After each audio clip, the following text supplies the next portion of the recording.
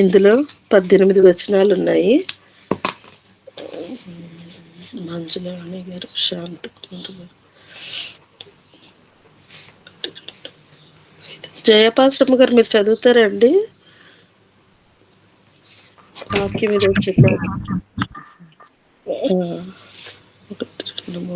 ఐదుగురు ఉన్నాము.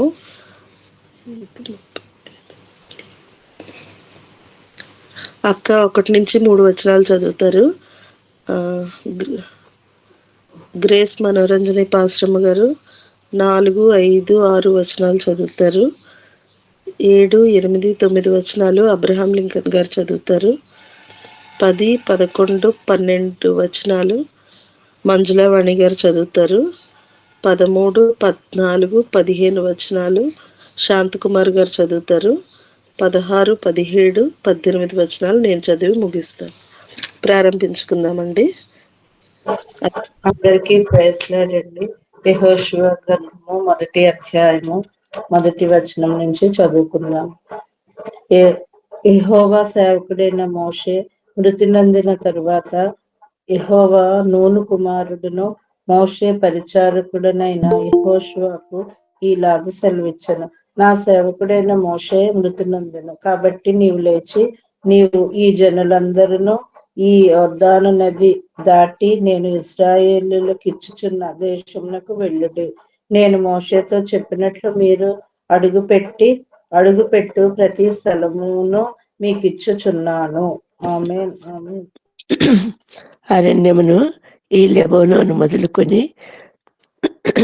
మహానది అయిన పరాతు నది వరకు, హిత్తీయుల దేశమంతయు పడబటి మహాసముద్రం వరకును మీకు సరిహద్దు. నీవు బ్రతుకు దినములన్నిటిని ఏ మనుష్యుడును నీ ఎదుట నిలవలేకెండును. నేను మోషేకు తోడైనట్లు నీకును తోడైందును. నిన్ను విడువను, నిన్ను ఎడబాయను. నిబ్బరం కలిగి ధైర్యంగా నుండుము. వారికి ఇచ్చదనని నేను వారి పితరులతో ప్రమాణం చేసిన ఈ దేశమును నిశ్చయంగా నువ్వు ఈ ప్రజల స్వాధీనము చేసేదవు. ఆమేన్. ఆమేన్. అయితే నీవు నిబ్బరం కలిగి జాగ్రత్త పడి బహుధైర్యంగా నుండి నా సేవకుడైన మోషే నీకు ఆజ్ఞాపించిన ధర్మశాస్త్రం అంతటి చొప్పున చేయవలను. నీవు నడుచు ప్రతి మార్గమును చక్కగా ప్రవర్తించినట్లు నీవు దాని నుండి కుడికి గాని ఎడమకు గాని తొలగకూడదు. ఈ ధర్మశాస్త్ర గ్రంథమును నువ్వు బోధింపక తప్పిపోకూడదు.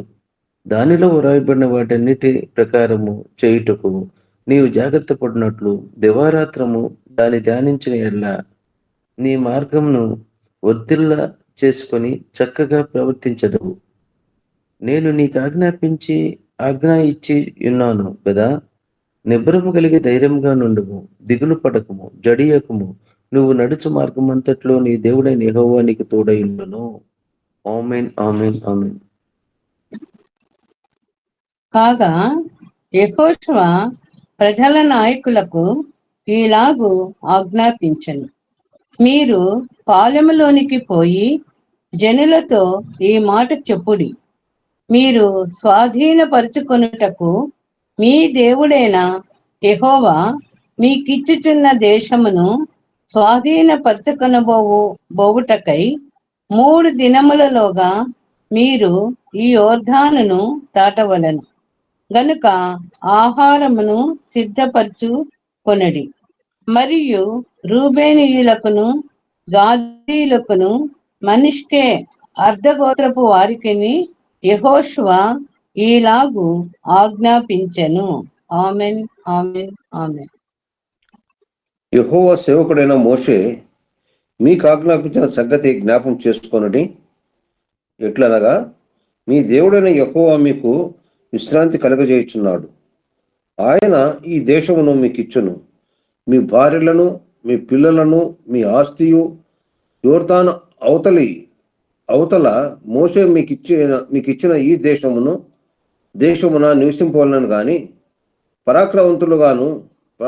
పరాక్రమవంతులను శూరులనైన మీరందరూ యుద్ధ సన్నిధులై మీ సహోదరులకు ముందుగా నది దాటి యెహోవా మీకు దయచేసినట్లు మీ సహోదరులకును విశ్రాంతి దయచేయ వరకు, అనగా మీ దేవుడైన యెహోవా వారికిచ్చు దేశమును స్వాధీనపరచుకుని వరకు మీరును సహాయము చేయవలెను. అప్పుడు తూర్పున యోర్దాను యువతల యెహోవా సేవకుడైన మోషే మీకు ఇచ్చిన మీ స్వాస్థ్యమైన దేశమునకు మీరు తిరిగి వచ్చి దాన్ని స్వాధీనపరుచుకొందురు. ఆమేన్, ఆమేన్, ఆమేన్. అందుకు వారు, నీవు మాకు ఆజ్ఞాపించినదంతయు మేము చేసెదము, నీవు మమ్మునెక్కడికి పంపుదువో అక్కడికి పోదుము.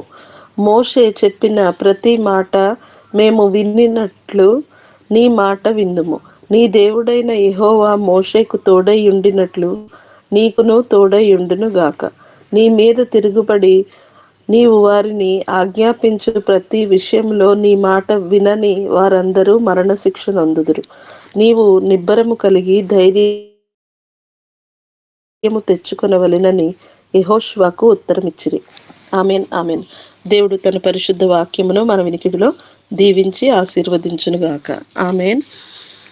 చదివినందరికీ దేవుని నామంలో వందనాలండి. మరి ఈ సమయంలో ఈ నెల వాగ్దానము, ఈ సంవత్సర వాగ్దానము అక్క చదువుతారు. ఈ నెల వాగ్దానము కీర్తనల గ్రంథము 12వ అధ్యాయము 7వ వచనము. యెహోవా, నీవు దరిద్రులను కాపాడెదువు, ఈ తరము వారి చేతిలో నుండి వారిని నిత్యము రక్షించదు. ఆమె. ఈ సంవత్సర వాగ్దానము 1 పేతురు రాసిన పత్రిక 5వ అధ్యాయము 4వ వచనము. ప్రధాన కాపరి ప్రత్యక్షమైనప్పుడు మీరు వాడబారని మహిమా కిరీటము పొందుదురు. ఆమేన్, ఆమేన్. ఆమెన్, ఆమెన్. దేవుడు తన పరిశుద్ధ వాగ్దానములను మన జీవితంలో అనుదినము సఫలపరుస్తూ మనల్ని క్షేమపరిచి భద్రపరిచి కాచి కాపాడుతున్న విధానాన్ని బట్టి మొదటిగా దేవాది దేవునికి కృతజ్ఞతాస్తుతులు చెల్లించుకుంటూ ఈ దినపు దీవెనలతో మనందరినీ దీవించి ఆశీర్వదించును గాక. కూడి వచ్చినందరికీ మరొకసారి పేరు పేరున వందనాలండి.